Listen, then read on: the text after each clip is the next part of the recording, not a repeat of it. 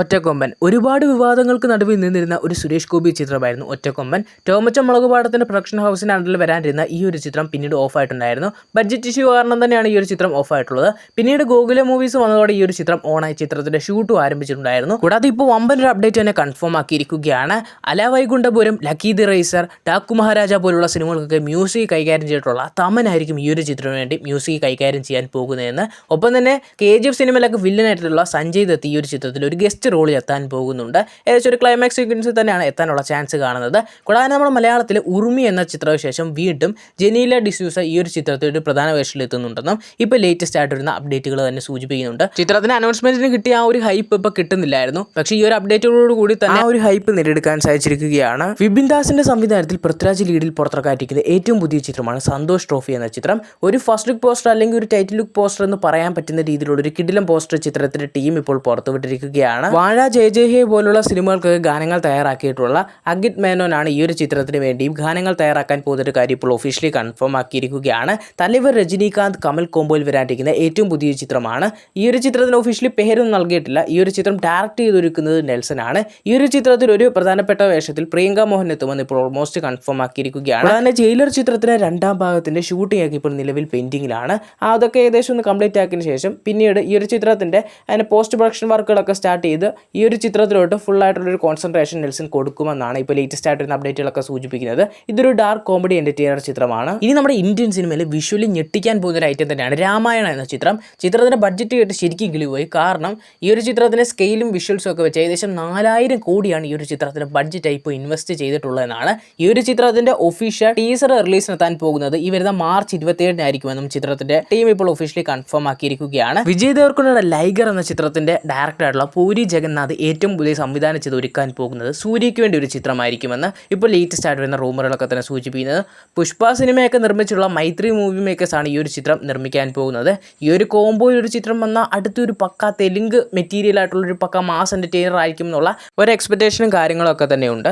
നമ്മുടെ മലയാളത്തിൽ നിന്ന് പുറത്തിറങ്ങിയിട്ട് ഞാൻ ഹിറ്റ് ആകും അല്ലെങ്കിൽ നല്ലൊരു റെസ്പോൺസ് കിട്ടുമെന്ന് പ്രതീക്ഷിച്ചുള്ള ഒരു ചിത്രമായിരുന്നു ഗജരാഹോ ഡ്രീംസ് എന്ന ചിത്രം. ഈ ഒരു ചിത്രം റിലീസിന് എത്തിയതും വന്നതും പോയതും ഒന്നും അറിഞ്ഞില്ല. ഈ ഒരു ചിത്രം അത്യാവശ്യം നല്ല കാസ്റ്റ് ഒക്കെ തന്നെ ഉണ്ടായിരുന്നു. ശ്രീനേത് ബാസി, അർജുന അശോകൻ, ഷർഫുദ്ദീൻ ഒക്കെ. ബട്ട് ഈ ഒരു സിനിമ അത്ര ശ്രദ്ധേയമൊന്നും ആകാതെ ചിത്രം തിയേറ്ററിൽ പരാജയപ്പെട്ടിട്ടുണ്ടായിരുന്നു. ബട്ട് ഇപ്പോൾ ഈ ഒരു ചിത്രം സൈന പ്ലേയിലൂടെ OTT റിലീസ് ആയിട്ടുണ്ട്. യാഷ് നായികിനെ പുറത്തിറങ്ങാനിരിക്കുന്ന ഏറ്റവും പുതിയ ചിത്രമാണ് ടോക്സിക് എന്ന ചിത്രം. ചിത്രത്തിന്റെ റണ്ണിംഗ് ടൈം ഇപ്പോൾ പുറത്തിറങ്ങിയിട്ടുണ്ട്. 195 മിനിറ്റാണ് ചിത്രത്തിന് ടോട്ടൽ റണ്ണിംഗ് ടൈമായി വരുന്നത്. അതായത് ഏകദേശം 3 മണിക്കൂറും 15 മിനിറ്റും. ഈ ഒരു ചിത്രത്തിന് സെക്കൻഡ് സിംഗിൾ വരുന്ന മാർച്ച് 2-ന് പുറത്തിറക്കുമെന്ന് കൺഫേം ആക്കിയിട്ടുണ്ട്. കൂടാതെ ചിത്രം ഇപ്പോൾ വമ്പൻ റെക്കോർഡ് തന്നെ സ്വന്തമാക്കിയിരിക്കുകയാണ്. തെലുങ്ക് സ്റ്റേറ്റിൽ നിന്ന് 120 കോടി രൂപയ്ക്കാണ് ചിത്രത്തിലെ തിയേറ്ററിക്കൽ റൈറ്റ്സ് വിറ്റുപോയിട്ടുള്ളത്. ഓവർസീസ് നിന്നാണെങ്കിൽ 105 കോടി രൂപ, തമിഴ്നാട്ടിൽ നിന്നാണെങ്കിൽ 63 കോടി രൂപ.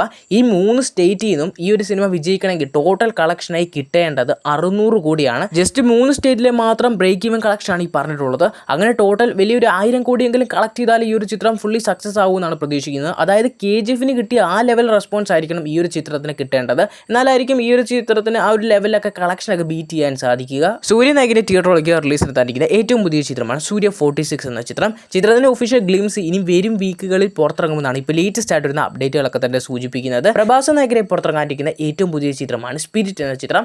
സന്ദീപ് റെഡ്ഡി വാങ്കയാണ് ചിത്രം സംവിധാനം ചെയ്ത് ഒരുക്കുന്നത്. ചിത്രത്തിൽ ഡോങ്ലി ആയിരിക്കും വില്ലനായി വരിക എന്നായിരുന്നു ആദ്യമായിട്ടുള്ള അപ്ഡേറ്റ്. ബട്ട് അത് മാറ്റി വിവേക് ഒബ്രോയ് ആയിരിക്കും ഈ ഒരു ചിത്രത്തിൽ വില്ലനായി എത്തുക.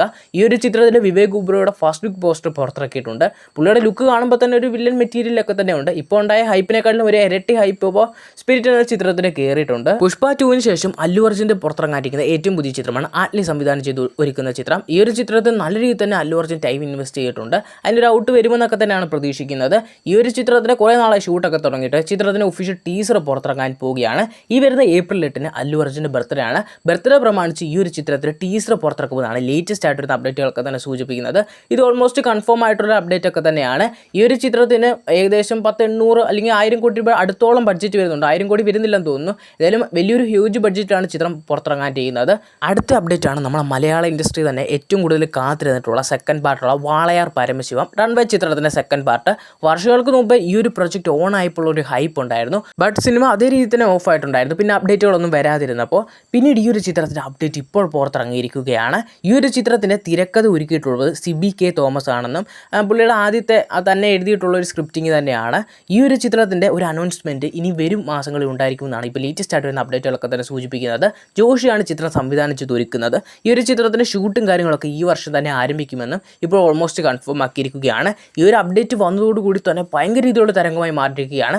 കാരണം ഈ ഒരു ചിത്രത്തിന് വേണ്ടി സെക്കൻഡ് പാർട്ടിന് വേണ്ടി വെയിറ്റ് ചെയ്യാത്ത ആരുമില്ല. കാരണം റൺവേക്ക് ഇപ്പോൾ അപാര ഫാൻ ബേസ് തന്നെയാണ്. കൂടാതെ ആ വാളയാർ പരമശിവ എന്ന ക്യാരക്ടറിനും അതോടുകൂടി തന്നെ ഇപ്പോൾ ഇറങ്ങുന്ന ഈ ഒരു ചിത്രത്തിന് നല്ല രീതിയിലുള്ള റെസ്പോൺസ് കൂടെ കിട്ടുകയാണെങ്കിൽ പുതിയ റെക്കോർഡ് എന്തായാലും ചിത്രത്തിന് അടിക്കാൻ പറ്റും. എന്തായാലും ഈ ഒരു ചിത്രത്തിൻ്റെ കൂടുതൽ ഒഫീഷ്യൽ കൺഫർമേഷൻ അപ്ഡേറ്റുകൾക്കായി കാത്തിരിക്കുക.